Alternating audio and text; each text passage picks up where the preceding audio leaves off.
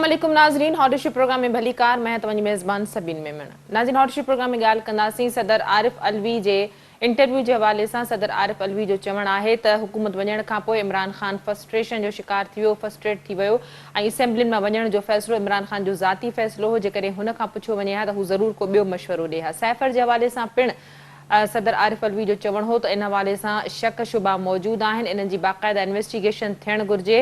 हू इन ॻाल्हि जो क़ाइल आहे त इन तरह जी कंहिं बि तरह जी साज़िश थी आहे। ॿिए तरफ़ ॻाल्हि कंदासीं लॉन्ग मार्च के हवाले से, जिते हुकूमत जो चवणु आहे त इमरान ख़ान जेकॾहिं लॉन्ग मार्च करे थो ऐं उन में अमन अमान जी सूरत हाल ख़राब थिए थी त उनखे सख़्ती सां मुंहुं ॾिनो वेंदो। ॿिए तरफ़ इमरान ख़ान जो चवणु आहे त लॉन्ग मार्च के हवाले से हू हिकदमि कॉल ॾींदो ऐं कारकुन इन हवाले से भरपूर तैयारी रखनि। वाज़िह आहे त इस्लामाबाद में सिक्योरिटी के हवाले से पिण हुकूमत हिकमत अमली खे तरतीब ॾेई रही आहे। इन हवाले से ॻाल्हाइण जे लाइ जिन महिमाननि असांखे अॼु के प्रोग्राम में जॉइन कयो आहे उनजो तारीफ़ कराईंदी आहियां। PTI सां ताल्लुक़ रखंदड़ सीनियर सियासी अगवान मेंबर सिंध असेंबली फिरदौस शमीम साहब असां सां गॾु आहिनि। फिरदौस साहब वेलकम कहती हूँ, आपने हमें प्रोग्राम में ज्वाइन किया।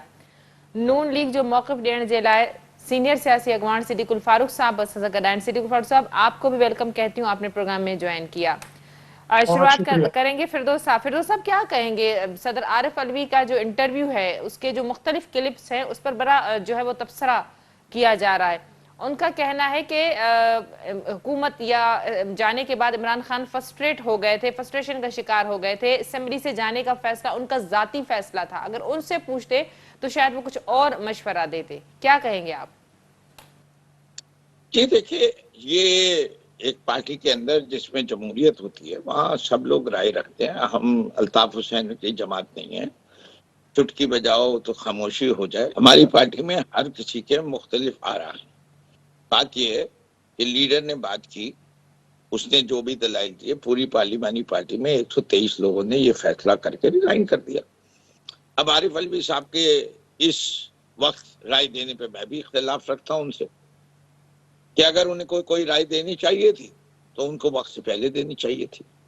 इस वक्त सदर साहब ने अगर ये राय दी है तो उन्होंने, मैं समझता हूँ किन वजूहात से दी है, वो शायद तारीख, आइंदा की तारीख जो है जब लिखी जाएगी तो उसके अंदर उनके बयान का ये तज्जिया किया जाएगा। इससे कि उन्होंने एक रास्ते पे चल रहे हैं। वो रास्ता है कि वो कोशिश कर रहे हैं कि किसी न किसी सूरत से जो है वो कहीं ना कहीं कोई मफाहमत होके इलेक्शन जल्द से जल्द हो जाए। अगर उसके लिए उन्होंने थोड़ा सा इमरान खान के हाथ के ऊपर अपनी न्यूट्रलिटी जाहिर करने के लिए कुछ किया है तो वो हिकमत अमली कहलाई जा सकती है, पार्टी की पॉलिसी नहीं। ठीक, सिद्दीकुल फारूक साहब, गुफ्तगू आपने सुनी, क्या कहेंगे? जो सदर आरिफ अलवी साहब हैं उनका जो मौक़िफ़ सामने आया है कि हुकूमत जाने के बाद इमरान खान जो है वो फ्रस्ट्रेट हो गए थे बहुत ज़्यादा और असेंबली में न जाने का उनका फैसला ज़ाती फैसला था। अगर उनसे पूछा जाता तो उनका मशवरा कुछ और होता। इट मीन्स के असेंबलियों से जाने का जो इमरान खान का फैसला था उस पर काफ़ी जो है मेम्बरान को तहफ़्फ़ुज़ात थे, भी हो भी सकते हैं, जो अब आहिस्ता आहिस्ता सामने भी आ रहे हैं। जी बिस्मिल्लाहिर्रहमानिर्रहीम। सबीन मेमन साहिबा, बहुत शुक्रिया। वैसे फिरदौस शमीम नकवी साहब ने आज कमाल की बखियागरी की है, क्या बात है। वैसे सदर मुमलिकत ने कहा है कि मैं इमरान खान की साजिश की थ्योरी से कि केबल के जरिए साजिश, गैर मुल्की साजिश हुई, मैं उससे इत्तेफाक नहीं करता, नंबर 1। नंबर 2, आपने बता दिया कि फ्रस्ट्रेशन का शिकार। नंबर 3, उन्होंने कहा कि फौज को न्यूट्रल ही रहना चाहिए, ये उनका आईनी किरदार है कि वो न्यूट्रल रहे। ये 3 बुनियादी बातें उन्होंने की हैं और ये तीनों इमरान खान की के दावों के खिलाफ हैं, बरअक्स है। और हकीकत भी यही है, यही नेशनल सिक्योरिटी काउंसिल में बात सामने आई और फिर इमरान खान की जो ऑडियोज लीक हुई हैं उनमें तो फिर मामला ही कुछ और हो गया। तो इसलिए मैं ये कहता हूँ कि सदर मुमलिकत ने बतौर, चूँकि सदर का ओहदा कौमी इत्तेहाद की अलामत होता है, वो मुसल्लह अफवाज का सुप्रीम कमांडर होता है, यहाँ बैठ के किसी भी शख्सियत को पार्टी बाजी नहीं करनी चाहिए। तो उन्होंने, मेरा ख्याल है, ये पार्टी बाजी से गुरेज किया है और हक़ाइक़ बयान किए। तो इमरान खान को भी सोचना चाहिए कि खामखा दंगा फसाद करने की कोशिश करना ये बात दुरुस्त नहीं है। मुल्क इस वक्त 1/3 सैलाब में डूबा हुआ है। उन्होंने जो कुछ मईशत के साथ किया, सी पैक बंद करके, और ये सी पैक कौन बंद करवाना चाहता था? ये इंडिया भी चाहता था और अमेरिका भी चाहता था। और उन्होंने आते ही सी पैक जो फ्रीज किया, आते ही नैब को लगा दिया अपना सरमायाकारों और जनाब इंडस्ट्रियलिस्ट और ताजरों के पीछे, और लोग अपना सरमाया लेके बाहर चले गए और उससे डॉलर की पोजीशन खराब हुई। और खुद इनके अपने वजीर खजाना ने 1 अप्रैल को कहा था कि हमारी हुकूमत ने मईशत का बेड़ा गर्क कर दिया है। और इस मई को, ये जो रवां साल, उन्होंने कहा था इमरान खान के पास तो कोई इक्तिसादी पॉलिसी ही नहीं थी। तो ये सारी बातें जो हकायक हैं सामने आते हैं और इन हकायक को झुटलाया नहीं जा सकता। अब अल्हम्दुलिल्लाह कुछ बेहतरी शुरू हुई है, डॉलर मुसलसल नीचे आ रहा है। बाकी इसहाक डार साहब गए हैं वाशिंगटन, वो IMF के साथ भी और दूसरे लोगों के साथ मुज़ाकरात करेंगे, वर्ल्ड बैंक के साथ। आप देखेंगे कि वापसी पे इंशाअल्लाह वहाँ से भी कामयाबियाँ मिलेंगी। तो मैं समझता हूँ कि इमरान खान को आरिफ अलवी साहब जैसे लोगों का की बात माननी चाहिए, और ये लॉन्ग मार्च बिलखुसूस उस वक्त जबकि मुल्क सैलाब में डूबा है नहीं करना चाहिए। लेकिन अगर वो करते हैं तो फिर अगर तो वो चले जाएं F9 पार्क में और वहां जाके तकरीरें वकरीरें करें तो फिर तो ठीक है। लेकिन अगर उन्होंने कानून हाथ में लिया या उनके कारकुनों ने आएंगे तो वो जितनी तादाद में, वो आप देख लीजिएगा, वो चंद हजार ही होंगे अगर आ सके। तो इंशाअल्लाह कानून के मुताबिक उनके साथ सलूक किया जाएगा, और अगर वो वहां जाके तकरीरें करते हैं तो बिस्मिल्लाह जाएं, तकरीरें करें। ठीक, फिरदौस साहब क्या कहेंगे? आरिफ अलवी साहब जो सदर हैं, उनका ये भी कहना था कि साइफर के हवाले से वो जो है वो किसी साजिश के कायल नहीं। उनका कहना था इस मामले पे शुकूक शुबात हैं, उसकी तहकीक होनी चाहिए। इट मीन्स कि वो 100% बिल्कुल मुत्तफिक नहीं है। जो बयानिया खान साहब लेकर आगे आए थे ऑडियो लीक्स के बाद, तो कई बातें जो है वो क्लियर हो चुकी हैं, लेकिन उसके बावजूद जो खान साहब बयानिया लेकर आगे आते रहे, जो कौम को जो है जो फीड किया गया, यही कह करके उनके खिलाफ साजिश की गई है।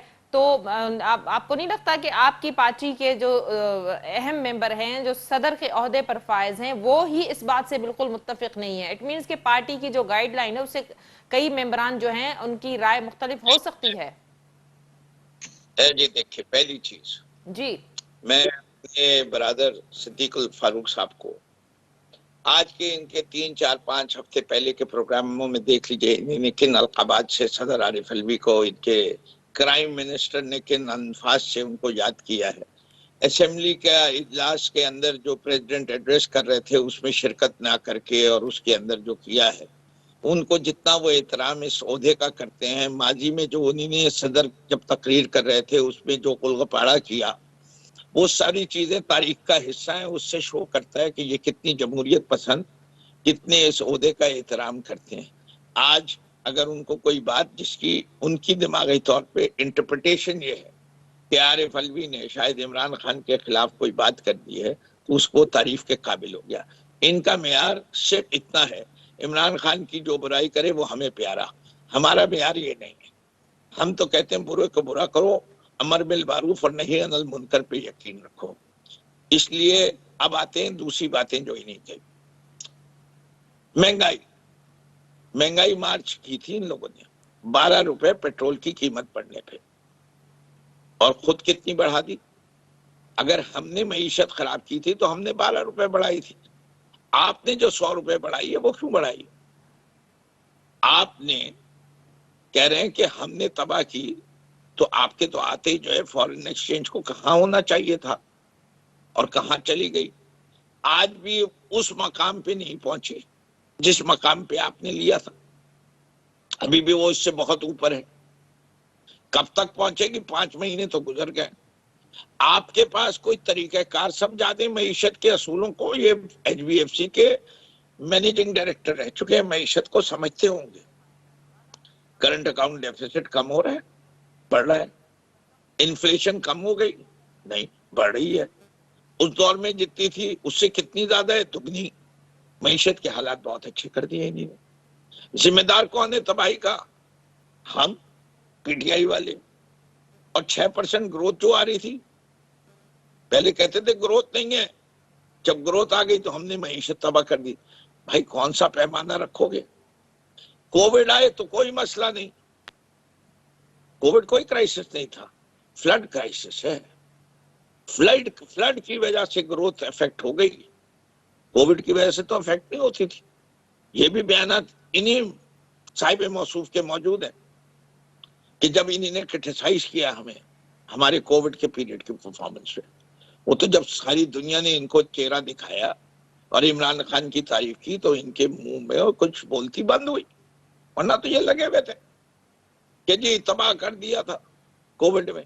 जब सारी दुनिया ने कहा कि नहीं सबसे शानदार, तो फिर ये खामोश हुए कि इसलिए लोगों ने कहा यार इनका तो काम सिर्फ ये है कि इमरान खान को बुरा कहते रहो, चाहे अच्छा काम करे तब भी बुरा कहो, दरख्त लगाए तब भी बुरा काम है, मकानों के लिए गरीबों को कर्जा दे 3% पे वो भी बुरा काम है, 50 साल बाद बनाने शुरू करे वो भी बुरा काम है। अरे ये तो पूछो सिद्दीक अल फारूक साहब से कि इस मुल्क को 75 साल हो गए, हर 7वें 8वें साल एक बड़ा सैलाब आता है। क्या दुनिया में लोगों ने सैलाब की तबाहकारियों पे कंट्रोल नहीं कर लिया? क्या बांग्लादेश जैसे ममालिक ने 50 ईयर स्टॉर्म तक का वो कहते हैं कि हमने कंट्रोल सिस्टम बना लिया है? क्या बांग्लादेश जो 1971 में हमसे जुदा हुआ था, आज उसकी पर कैपिटा इनकम हमसे 1.5 गुना है? हम तो सिर्फ 3 साल रहे हैं माजी के। 1971 से गिनाऊं किस किस की रही है? 1971 से लेके 77 तक भुट्टो, 77 से लेके 88 तक किसका बाप था? नवाज शरीफ के बाप की हुकूमत रही है, आइडियोलॉजिकल फादर जियाउल हक। 98 से फिर खुद नवाज शरीफ, फिर बेनजीर, फिर नवाज शरीफ, फिर इनके दुश्मन आला फौज के एक और जनरल मुशर्रफ साहब, उसके बाद फिर किसकी रही? जरदारी जो इनके अब फर्स्ट कजन भी हो गए। उसके बाद किसकी रही? फिर नवाज शरीफ की, और आखिरी में पीटीआई 3 साल। इस पूरे बाकी 71 से लेके 2022 तक 51 साल हो गए। 51 साल में 3 साल का हिसाब तो हमसे ले लो, बाकी 47 साल 47.5 साल का जो लोग हैं वो बताएं कि हम पाकिस्तान इतना पीछे क्यों रह गए। ये किस किस के बूट पॉलिश करते रहे? 400 से ज्यादा हमले इन्हीं ने ड्रोन के अपने मुल्क पे करा दिए, और ये मुल्क के वफादार भी हैं, और ये जो हैं वो जो है मुहब्बे वतन भी है।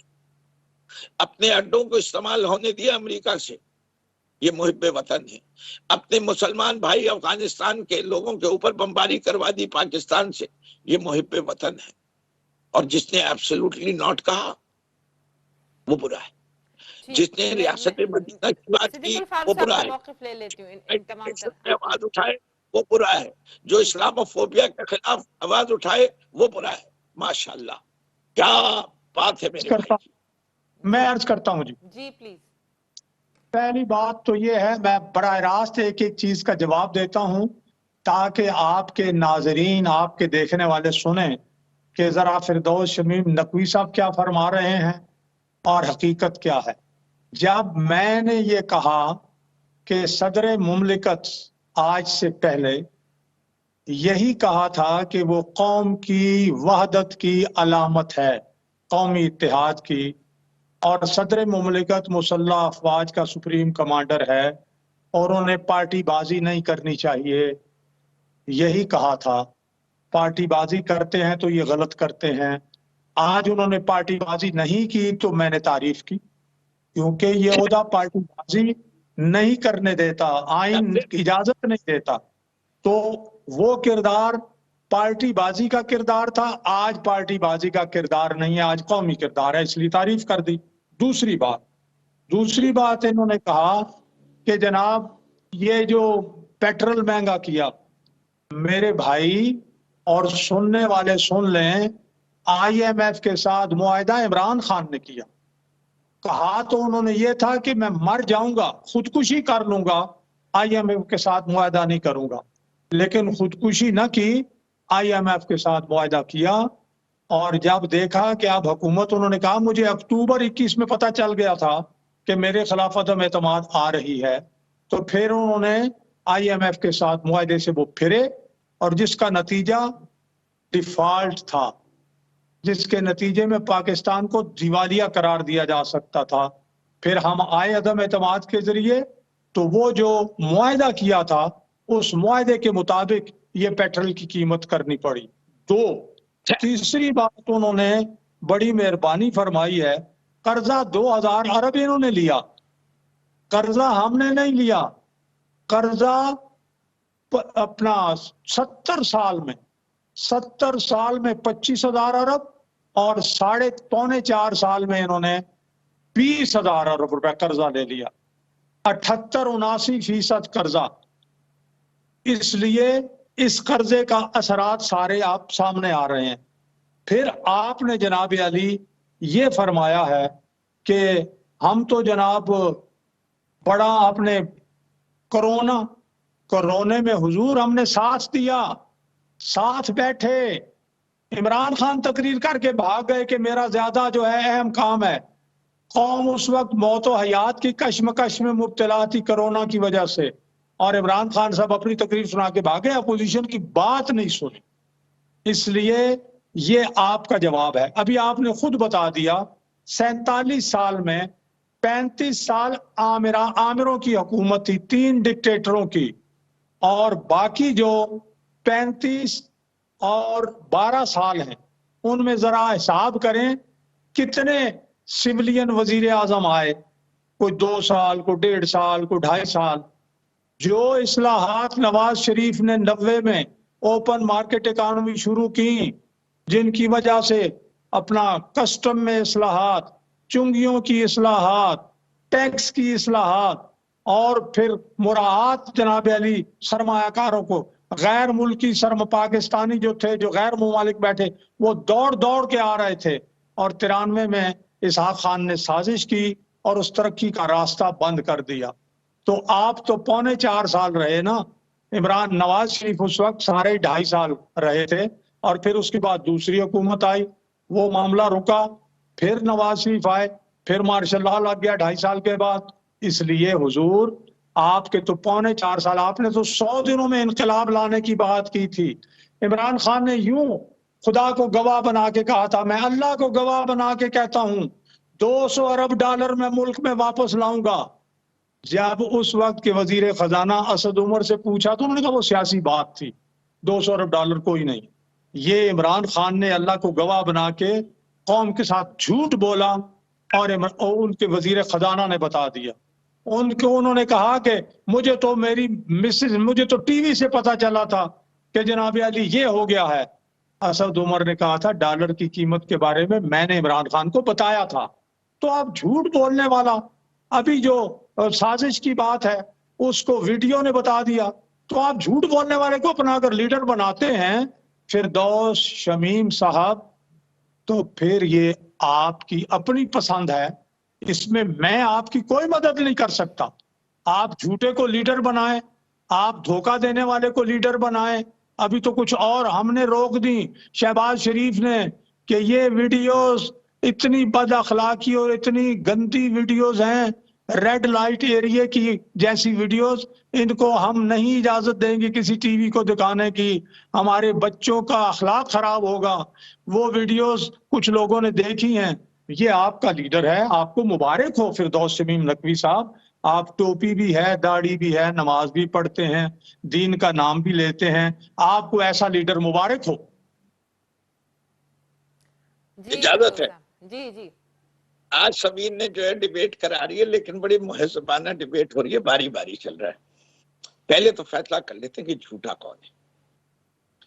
क्या जब इनको मुशर्रफ ने हटाया था इन्हीं ने कोई माहिदा किया था या नहीं किया था? अपने लीडर की बात करें। अरे अभी भाईजान देखो, मैंने उतना ही तहम्मुल दिखाओ जितना तहम्मुल मैंने दिखाया था। अभी से तुम्हारी तुम पे खौफ हुआ तो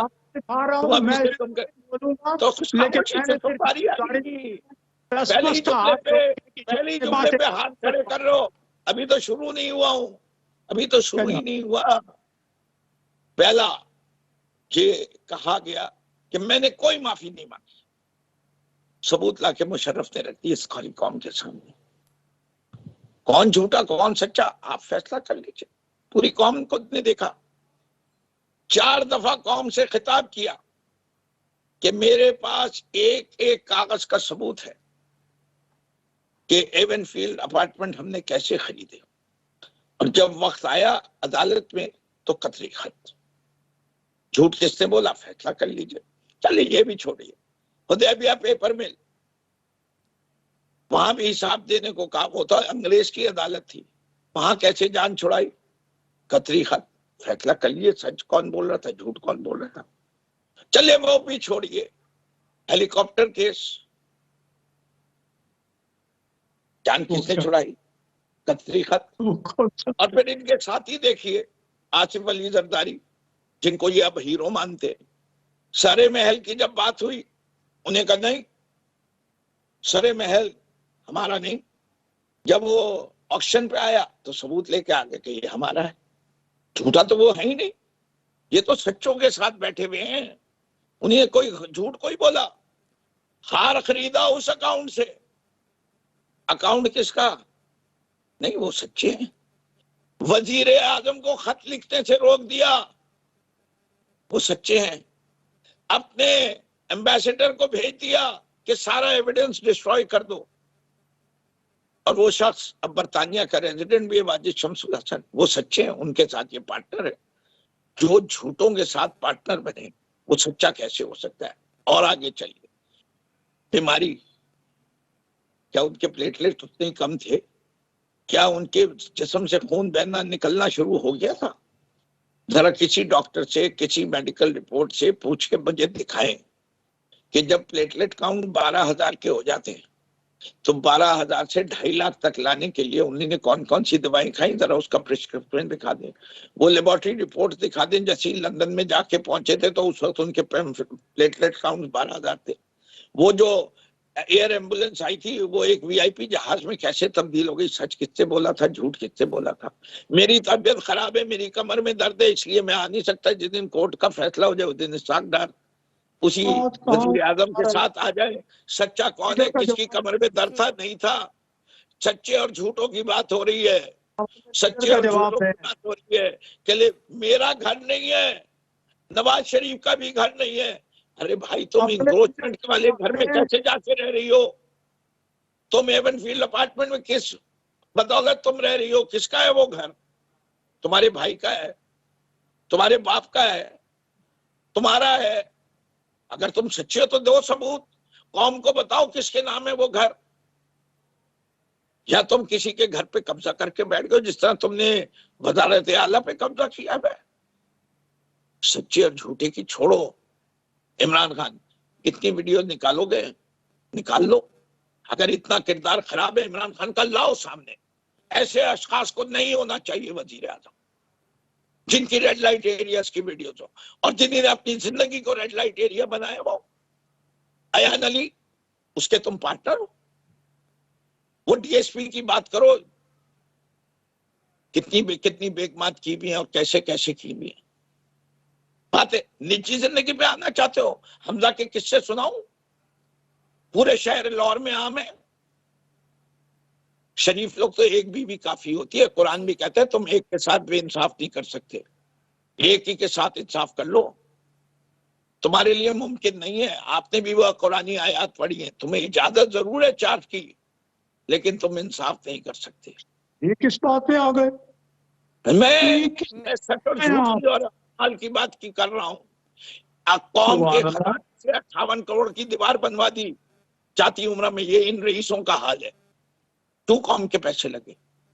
एक वक्त के अंदर हर अपने बीवी के घर को ऑफिशियल रेजिडेंस डिक्लेयर करके, कैंप ऑफिस डिक्लेयर करके उस पर कौमी खजाना खर्च होता है। ये कौम के साथ दयानतदारी है। ये वो किरदार जिसको मैं मशाली किरदार पर समझूंगा, कि जिसको हम अपनी पूरी कौम के साथ कहें कि कायदे आजम वो थे जो अपने दफ्तर में चाय की प्याली भी किसी को नहीं देते थे और कहते थे कि मैं अपनी थर्मस से खुद चाय पीऊंगा, दफ्तर में चाय नहीं होगी। ये पूरी दीवारें बनवाते हैं। 9 करोड़ रुपए का तो पुल बनवा दिया आते एक गरीब मुल्क 35,000 रुपए के कपड़े में रहे। $3,500 $3,500 के कमरे में रहे, क्यों नहीं रहे एम्बेसडर के घर में, क्यों नहीं रहे? ठीक। पूरा इंट्रोज किस तरह टोरंटो में घूमा है, कितने दौरे बिलावल भुट्टो ने किए हैं, कितने इन्हीं ने किए हैं, और कितने अखराजात हुए, जरा वो तो दिखा दे। ठीक। बताएं कितना खर्चा इंक्रीज हुआ है, हमसे दर्द रखते हो? मैं जवाब दे दूं? लेके जा रहे थे, फिरदौस साहब, उम्रे वक्त पे लेके महदूद जा है और रहे थे, सिद्दीक अकबर साहब आपसे मेरा उम्रे पे लेके जा रहे थे, पूरा लोड भर के, ठीक। पूरा जी। लोड भर के। जब लोगों ने इनकार कर दिया कि हम ऐसे उम्रे पे नहीं जाएंगे, तो फिर भाई ने तब्दील हुई। सच्चे कौन है और झूठा कौन है, कौम जवाब की देता हूं। दौलत को ठीक। ठीक। किस तरह इस्तेमाल कर रहे हैं, इसका जवाब दो। ठीक। जल्दी से जवाब दे दूं? जी जवाब दे दें। और सिद्दीक अकबर साहब, मुझे लॉन्ग मार्च के हवाले से हिकमत अमली का भी जवाब जरूर दीजिएगा, क्या हिकमत अमली होगी? लॉन्ग मार्च में हिकमत अमली ये है कि पुरअमन तौर पर ये कश्मीर रोड से, जिसका नाम इन्होंने श्रीनगर रोड रखा है, जैसे कश्मीर फतह कर लिया हो, उससे F9 पार्क में जाके अपना जो है वो तकरीरें करें। अगर इस तरफ आए ना जी, अपना रेड जोन की तरफ, तो अब पहले सुप्रीम कोर्ट का फैसला मौजूद है कि रेड जोन नहीं आ सकते, तो फिर इनकी जनाब अली कानून के मुताबिक, कानून जो ताकत विफाकी हुकूमत को देता है वो इस्तेमाल करेगी पूरे जोर से। अब इन्होंने बात की है, अजीब मतलब है, यानी ये कुरान पाक का हवाला देते हैं और मुझे अफसोस हो रहा है। अल्लाह पाक ने ये कहा है कि तुम्हें 4 तक इजाजत है इंसाफ के साथ, हाँ अलबत्ता वही दिल का बात मामला फिरदौस साहब ने इंसाफ वाली बात की, फिरदौस सुने, साहब ने वही दिल बात का की। मामला और है।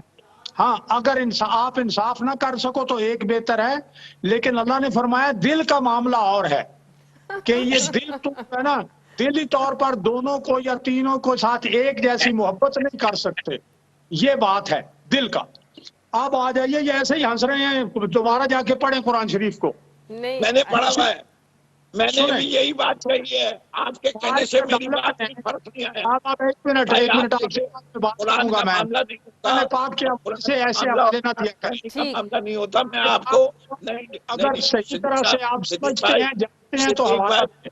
आप सियासी बात कर रहे होते मैंने जो तो मैं बात की है, खुद मैंने जो समीर ने अगर कह गलत दी साबित कि मैंने होगा भी यही बात जी। की। समीर, मैं छोड़ देता हूँ आप पे, मैं लेकिन आपसे अर्ज करूंगा, का हिसाब ना पहली लगाए बात ये कि है मैंने कोई कुरान को कि मिसकोट किया। अदालत ने मैं उसके खिलाफ हूँ। कुरान मेरी मुकद्दस किताब है। बिल्कुल कुरान बिल्कुल मेरी- आपने मैं ऐसी कोई कुरान बात नहीं की। को- जहां तक सिद्दीक अकबर साहब दिल की बात है, मैं भी जरा इसमें अपनी राय ऐड करना चाह रही हूँ। दिल की तो बड़ी बड़ी बातें होती है, दिल तो पता नहीं क्या क्या चाहता है, लेकिन ये अल्लाह बिल्कुल ने ठीक कहा है। इसी बात को कंटिन्यू करके फिर आगे की तरफ जाते हैं कि अगर आप इंसाफ कर सकते हैं तो करें, लेकिन अल्लाह ताला बड़ा इंसाफ करना मुश्किल होता है, एक ही निप जाए तो बड़ी बात होती है। कंटिन्यू करें, सियासी उस पर आ जाएं, सियासी उस पर आ जाएं। सियासत पर आता हूं। जनाब देखिए, इतनी इन्होंने बातें की, अदालत ने सजा नवाज शरीफ साहब को किस बात पर दी? अकामे पर दी। ये बात ये रखें, जितनी इन्होंने बातें की है इनमें कोई चीज साबित नहीं हुई। दूसरी बात, इन्होंने शहबाज शरीफ पर लंदन में मुकदमा बनाया, अदालत ने 2 साल की इंक्वायरी के बाद बरी कर दिया। ब्राड शीट ने नवाज शरीफ साहब से माफी मांगी और हरजाना दिया। उसके बाद आ जाइए, उसके बाद ये अभी जो अपना अमेरिका का दौरा है, वजीर आजम ने अपनी जेब से सारा खर्च दिया है। अब आ जाइए, हीरे की अंगूठियां किसकी हैं? तोशा खाना की घड़ियां किसने बेची?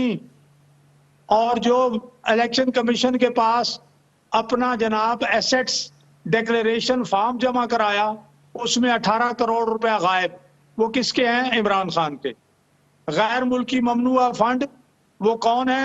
इमरान खान और इनकी पार्टी के लोग, वो साबित हो गए। अभी FIA ने 12 अकाउंट्स और निकाल लिए हैं जो इन्होंने डिक्लेयर नहीं किए हुए थे। 40 अरब रुपए जो हैं, वो जो गैर मुल्की इमदाद आई कोरोना के लिए, $1.3 बिलियन, तकरीबन 300 अरब, उसमें से 40 अरब की corruption auditor general of Pakistan ने सामने रखी, जो इमरान खान ने छुपा ली और IMF ने दबाव डाल के गर्दन पे हाथ रख के निकलवाई और फिर उन्होंने वो निकाली। उसके बाद 50 अरब रुपए बरतानिया ने काला पैसा वापस भेजा। इमरान खान ने बंद लिफाफे में सील मोहर लगा के काबीना से मंजूरी ली काबीना को पता ही नहीं है। और फिर क्या किया, रातों रात ऑर्डिनेंस पास करवाया सदर अलवी से कि काबीना के फैसलों को नैब नहीं चैलेंज कर सकता। नैब से बाहर निकाल लिया इमरान खान ने अपने आप को भी, काबीना को भी। ये इमरान खान का किरदार है भाई। मजीद ये अगर आपके टाइम साथ- होता है इस डिबेट को जरूर कंटिन्यू करते हैं। फिरदौस साहब ने बड़ी अच्छी बात की कि बड़ा मौजिब तरीके से ये डिबेट जारी थी। बहुत शुक्रिया आप दोनों मौजूद मेहमानों का, आपने अपना मौक़िफ़ देने के लिए प्रोग्राम में ज्वाइन किया। नाज़रीन, हॉटशी प्रोग्राम जो वक्त पिण ते पंहिंजी पुॼाणी ते पहुतो। ईंदड़ प्रोग्राम ताईं ॾींदा इजाज़त। अल्लाह वाही।